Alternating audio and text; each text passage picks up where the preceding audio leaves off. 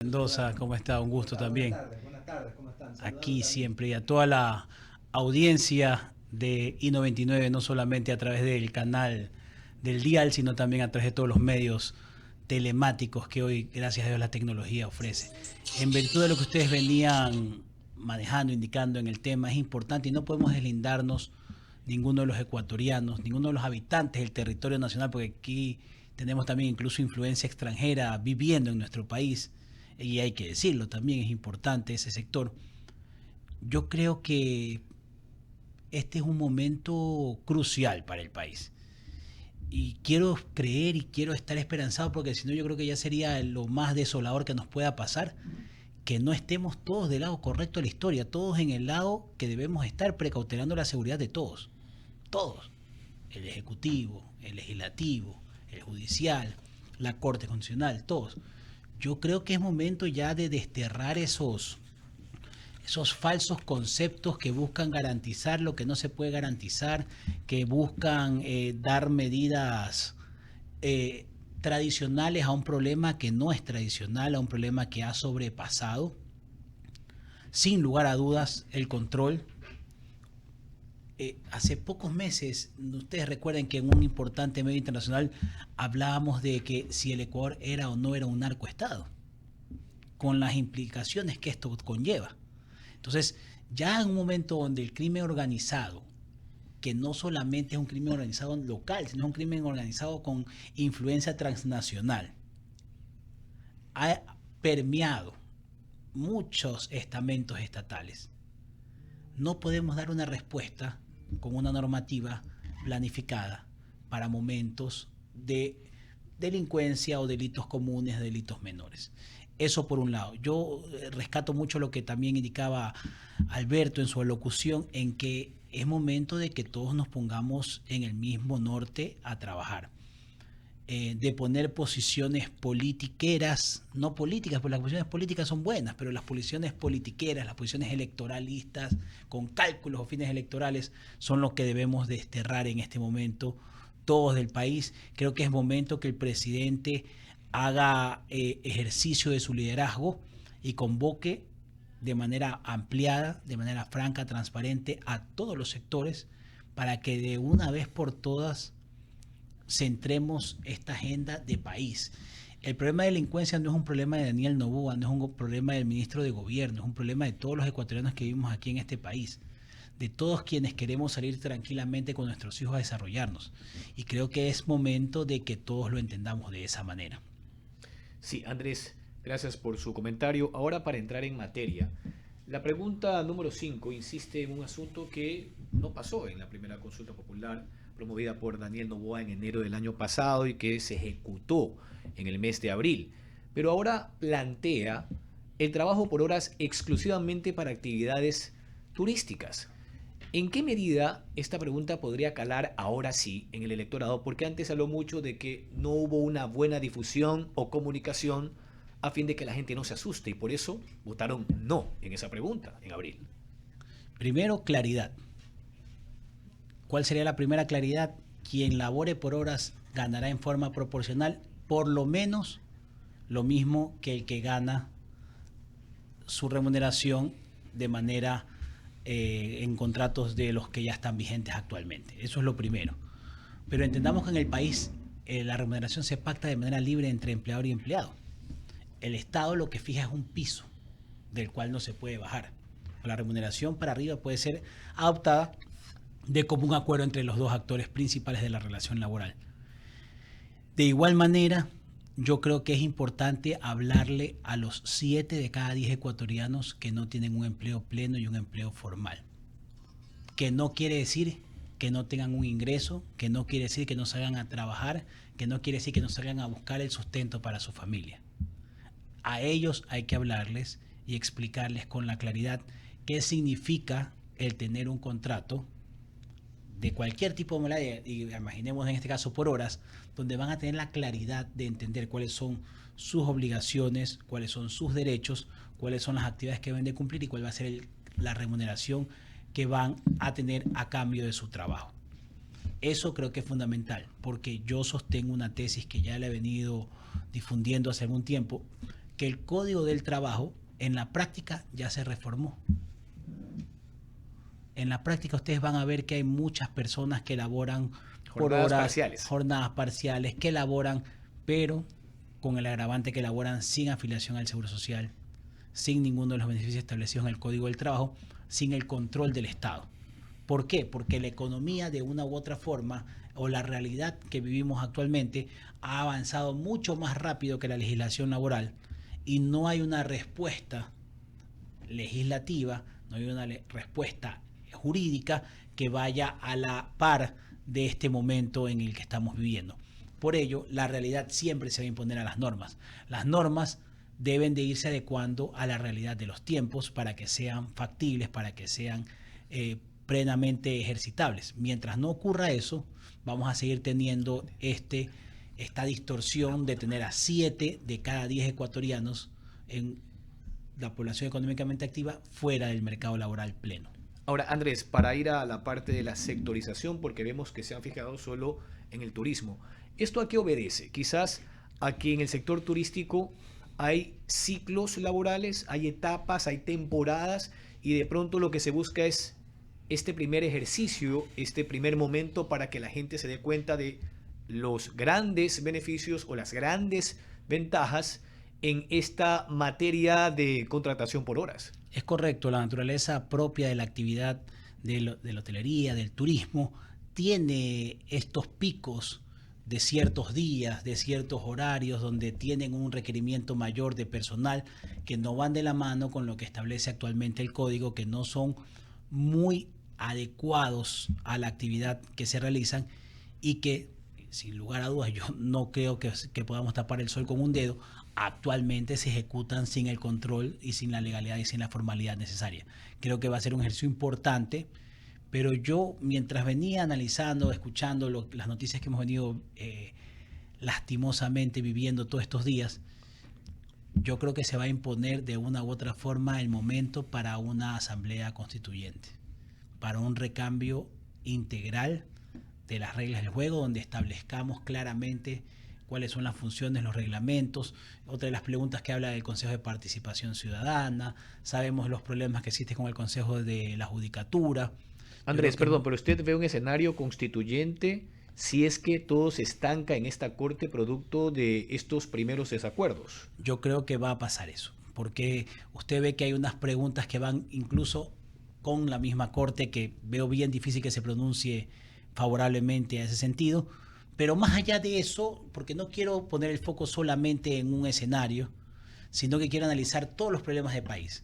Yo creo que es momento de entender si es verdad o no de que debemos seguir manteniendo la misma estructura que desde el 2008 se ha venido manteniendo. Porque yo creo que ahí hay una gran génesis de los problemas que tenemos. Y yo no quiero hacer calificativos, pensemos que en ese momento se hizo de buena fe, trataron de hacerlo para 300 años, como decían, pero en la práctica no ha funcionado. Y lo que no funciona, se cambia. Gracias, Andrés. Leonidas. Gracias, Jorge. Abogado Madero, usted fue ministro de Trabajo y con esa experiencia y ese conocimiento que tiene de lo que es la realidad del sector empresarial, que necesita en ciertos campos, como en este caso el tema del turismo, necesita ciertas regulaciones. ¿Cree usted que haya tal vez un poco de resistencia porque a los trabajadores o a los ciudadanos no se les llega con una campaña informativa clara, contundente, en donde se quede estipulado que esos derechos de los que ya tienen contratos en firme, que no son por horas, van a seguir de la misma manera y no se va a retroceder? Porque eso es lo que preocupa al trabajador, que se retroceden derechos. Claro, y el primer retroceso es no tener contrato y el primer retroceso es no tener trabajo. Ese yo creo que es el primer momento, y creo que también aquí yo les hago un llamado a ustedes como medios de comunicación también para que se convoque no a los eternos dirigentes sindicales, no a los que comúnmente son convocados, sino a los que no tienen empleo. ¿Quién le da voz a los que no tienen empleo el día de hoy y que buscan de manera desesperada tener un sustento para sus familias? ¿Cómo los escuchamos a ellos? ¿Cómo sabemos que es efectivamente lo que estas personas están buscando o están requiriendo? Soy de las personas que cree fervientemente que el trabajo debe ser un trabajo digno, un trabajo que vaya de la mano con la actividad que se ejecuta. Creo que la relación laboral, y lo digo en todos los foros donde he estado, creo que es una especie de avión bimotor en el cual tanto el capital del empresario como el trabajo del trabajador debe de girar a la misma velocidad para que el avión avance de manera directa, clara y efectiva, pero es necesario adaptarnos al mundo en el que vivimos. No podemos seguir con una legislación de más de 88 años que hoy no ha dado respuesta a lo que estamos buscando. Y además, no solamente ese es el único recambio que se requiere en el país, y hay que tenerlo claro, porque tampoco vamos a pensar que mañana está el contrato por horas y se acabaron los problemas del trabajo en el país y todo se arregló, pero sí es uno de los pilares fundamentales que va a permitir sostener un crecimiento en materia de empleo. La reactivación justamente del sector productivo del país, de esa generación de empleo, también depende del tema de la seguridad, la inseguridad. Hemos visto que negocios quiebran, pequeños emprendedores, pequeños negocios, y eso sin lugar a dudas afecta. Pero en esta propuesta que hace el presidente, solo el sector turístico de momento, ¿qué otras áreas también podrían ir por esa línea que no se vaya a transgredir justamente los derechos de los trabajadores de esos sectores? Yo hubiera establecido directamente para todos los sectores. El sector agrícola, por ejemplo, que tiene momentos necesarios, diarios, continuos, todos los días. Usted no le puede decir a una vaca, hoy no comas porque hoy es sábado y mañana es domingo y es día de descanso obligatorio, pero tampoco tiene una persona una actividad que realizar con ese animal durante las 8 horas de una jornada tradicional de labores. Pero, por ejemplo, yo creo que, y perdón que haga énfasis en lo que les digo, yo creo que es momento de replantearnos un poco el país. Usted se imagina que hoy, todavía hoy, mientras nos escuchan nuestros oyentes, la audiencia, hoy, si usted quiere abrir un local, un restaurante, para abrir un restaurante, ¿tiene idea la cantidad de trámites que tiene que generar para realizar esa apertura de ese local? Además de la inversión que tiene que realizar, tiene que esperar que vayan los bomberos, que vaya el ARCSA, SAICE, que vaya, bueno, un sinnúmero de instituciones a dar. Burocracia. Cuando el mundo debe ir en un control ex post. Usted abre un restaurante de 40 personas. ¿De qué tipo de actividad gastronómica de esta? Firma una declaración juramentada en línea con firma electrónica, que hoy ya la tienen todos, donde usted dice que cumple con los requisitos que son A, B, C, D, E, que están publicados. Y eso imprime y lo firma con un código QR. A los 6 meses, a los 3 días, a los 2 años, va a la inspección. Verifica que tiene usted lo que usted ya declaró que tenía. Y si no lo tiene, multa. Y si no paga la multa, clausura. Lo que pasa es que ahí parecería que se acaba algún negocio, ¿no? Porque hoy, de paso, lastimosamente es así, hay que decirlo, como dijo también Alberto, sin ambajes. Hoy llega un funcionario y empieza a decir, bueno, 2 extintores. Pasado viene otro y dice, no, eran 3. Otro dice, no, pero yo quiero un pulsador aquí y un pulsador a la salida. Una luz de emergencia de color blanca, otro dice roja. Y ya sabemos que en algún momento dado lo que están buscando. Entonces, eso no nos permite desarrollarnos como país productivo. Los ecuatorianos, y lo he vivido en carne propia desde el ministerio, buscan la menor cantidad de problemas. Cuando hacíamos las inspecciones, yo hice un cambio un poco en el tema de inspecciones y lo que hacía era notificarte y te daba 3 días para cumplir. El 95% de las personas cumplían con la normativa, porque asimismo en muchos casos desconocían la norma. Claro está que la ignorancia o el desconocimiento no exime de responsabilidades, pero si vamos en ese sentido de buscar que es el cumplimiento y no buscar la sanción, el 95% de todos los empleadores cumplían con la norma. Abogado Eduardo Mendoza Estrada. Muchas gracias, qué gusto tenerlo aquí, doctor. La verdad es pues, un placer volverlo a entrevistar. Yo sé que ha venido en otros horarios y en otras fechas, pero bueno, pues tenerlo aquí es un placer. Me estaba escapando un poco. Sí, exacto. La verdad que se me ha hecho el loco, no me ha contestado el teléfono, se me hace el loco con el Ecotec, pero yo lo quiero mucho. Usted es bienvenido, esta es su radio. Bueno, doctor, quiero hacerle una consulta rápido y es por el tema de los jueces constitucionales. Oiga, eso de estar subiendo pancartas, eso no es muy jurídico, y aparte de eso no es muy democrático. ¿Qué opinión le merece el tema? Porque yo no soy fan de la Corte. A mí nunca me ha caído bien la Corte. Ideológicamente estoy en contra de todo lo que propugna la Corte. ¿Ok? pero creo que es una corte que dentro de todos sus problemas y todo lo que pueda llegar a ser, creo que son personas que son diferentes y que algo de institucionalidad le han dado al Ecuador. Cuénteme un poco, ¿qué opinión le merece? Bueno, primero que no sé todavía y no he visto, salvo que ustedes tengan algún dato, quién se ha hecho responsable de ser quienes han puesto los carteles, ¿no? Porque todo el mundo ha dicho que no. Creo que es una medida controversial. Creo que no es una respuesta a la que el país está buscando. Así es. No creo que sea la solución esa. Creo que hemos llegado a extremos ya. Y por eso yo planteaba que yo creo que más temprano que tarde debemos ir a una constituyente. Ya, y a eso es lo que voy. La forma que propone la misma Constitución para ir a una constituyente es basado en el 444, que es el final, porque penosamente, ¿usted cree que la consulta popular es totalmente inconstitucional? Digamos la verdad. Usted como abogado, todos lo sabemos, la gente no está... La Constitución no está muy en, ¿cómo le puedo decir? Muy en orden, no le gusta en cuanto a lo que el pueblo pide, en cuanto a lo que el pueblo solicita, porque el pueblo pide lo que dice la consulta. El pueblo votó por Noboa por eso, porque pide porque él proponía esto, él propuso esto desde hace mucho tiempo atrás, él habló mucho tiempo atrás de todos estos temas. Pero vemos que la consulta, como le digo, como abogado, se lo digo yo también, y usted lo debe saber, no es muy constitucional. Ahora, ¿no cree que es más fácil ir directo a la Asamblea Constituyente? Y de ser el caso de tener una Asamblea Constituyente, de que llegásemos a tener una Asamblea Constituyente, ¿qué vía se debería de proponer? Porque necesitas igual las 2/3 partes del Congreso, de la Asamblea. Entonces, está medio atado de manos y necesitas también un visto bueno de la Corte Constitucional diciendo, ok, sí, necesitamos una Asamblea Constituyente, porque lo puede hacer el presidente con las 2/3 partes del Congreso, y luego con la Asamblea, y lo otro que lo puede hacer es vía que tiene que tener una parte del electorado.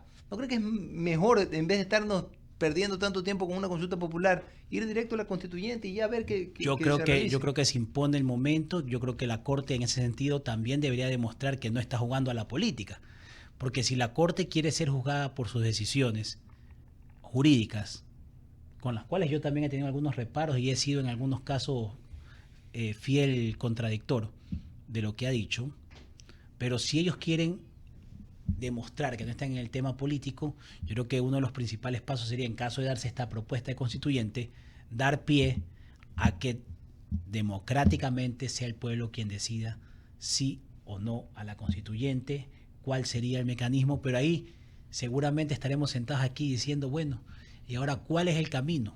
¿A quiénes elegimos para esa constituyente? No, y tiene que el pueblo manifestarse a favor. Claro, pero digamos, antes de eso, ¿quiénes son ya, digamos que se manifestó el pueblo a favor? ¿Quiénes serán los que van a dar ese direccionamiento de ese organismo, que sería la creación del nuevo marco que va a emprender el país? Pero yo estoy convencido de que ese cambio se impone. Ojalá que sea así. Alberto Quintana. Sí, algo final nomás, doctor, siempre agradeciéndole pues su presencia, ¿no? Qué cosas, ¿no? Vernos envuelto en todo esto, ¿no? Retroceso, no podemos avanzar. Los ecuatorianos necesitamos avanzar, tenemos una generación que está pues ávida de conseguir empleo, de poder forjar sus sueños, ¿no? Los chicos que vienen detrás de nosotros están en ese andarivel. Tenemos pues esta amenaza latente. No podemos soslayar lo que pasa pues en la región, que ese es otro problema, una amenaza terrible. Lamentablemente los gobernantes que tenemos alrededor, no quisiera meterme en esos problemas temas, diplomáticos. en esos temas, pero hay que decirlo porque es así. Mientras haya determinados gobernantes que incluso pues nos hacen frontera, tenemos abonan con sus decisiones y con sus actitudes mucho más a nuestra inseguridad. Y ese es un gravísimo problema. A veces la gente pasa de lado, pasa por encima, cuando hablamos de los conceptos de institucionalidad, de poder retomar una serie de situaciones que nos permitan seguir adelante. Yo este fin de semana reflexionaba mucho en torno a estos temas, ¿no? Y yo pensaba, porque usted escuchó lo que yo mencionaba, a mí me parece que desde hace tiempo, ¿no?, este grupo colegiado, respetable por cierto, ¿no?, que integra la Corte Constitucional, como que están al margen, ¿no?, de todas estas necesidades, vivencias que tenemos los ecuatorianos, la gente de pie, ¿no? Porque el país incluso no es solamente Quito y Guayaquil, no somos 221 cantones, hay compatriotas en las 4 regiones geográficas de nuestro país, pero todo eso como que se deja de lado. Y por otra parte yo también aspiraba, yo decía, bueno, el liderazgo del presidente también. Yo no hubiera ido con una marcha, yo hubiera ido con mi familia como presidente, hubiera pedido, recíbame el pleno de la Corte, hubiera ido con mi familia a decirle, señores, esto es lo que queremos. Y les hubiera explicado exactamente qué es lo que se busca. Y tal vez no hubiéramos transitado por este tipo de situaciones. Entonces a lo que voy, doctor, es simplemente que falta poder despojarnos de ciertas actitudes a todos, a la clase dirigente, y por doquier como para poder alcanzar lo que anhelamos la mayoría. Yo, a medida que voy avanzando en el tiempo en la vida, me doy cuenta que los adagios y los dichos, los refranes se imponen. Y yo hay uno que me salta a la luz en este momento por todos los caminos que veo. A grandes males, grandes remedios. Y el problema, por eso digo que se impone la constituyente, porque este problema que vivimos en el Ecuador ya no es el problema solamente de seguridad institucional, es un problema judicial, es un problema jurídico, es un problema en el empleo, es un problema en la salud, en la educación. Entonces yo creo que debemos de buscar una solución integral a este gran problema que estamos teniendo. Como digo, no es un problema del presidente Noboa, no es un problema del gobierno nacional, no es un problema del gobierno seccional, es un problema del que todos los ecuatorianos debemos de buscar la solución. Y es el doctor Andrés Madero, decano de la Facultad de Derecho y Gobernabilidad de Ecotex, ex ministro de Trabajo de nuestro país. Gracias por estos minutos y por ayudarnos a entender esta problemática que es tan compleja. De Qué acuerdo bueno que siempre estén ustedes dando esta información a la ciudadanía que es necesaria. De acuerdo con usted, doctor, yo creo que el camino es la constituyente, porque el pueblo lo pide. Estoy de acuerdo con usted, Andrés Madero. Muchas gracias. Son las 17:57, saludamos a esta hora a Wendy Quinde Vinuesa, lista y preparada como siempre con estos tics, estas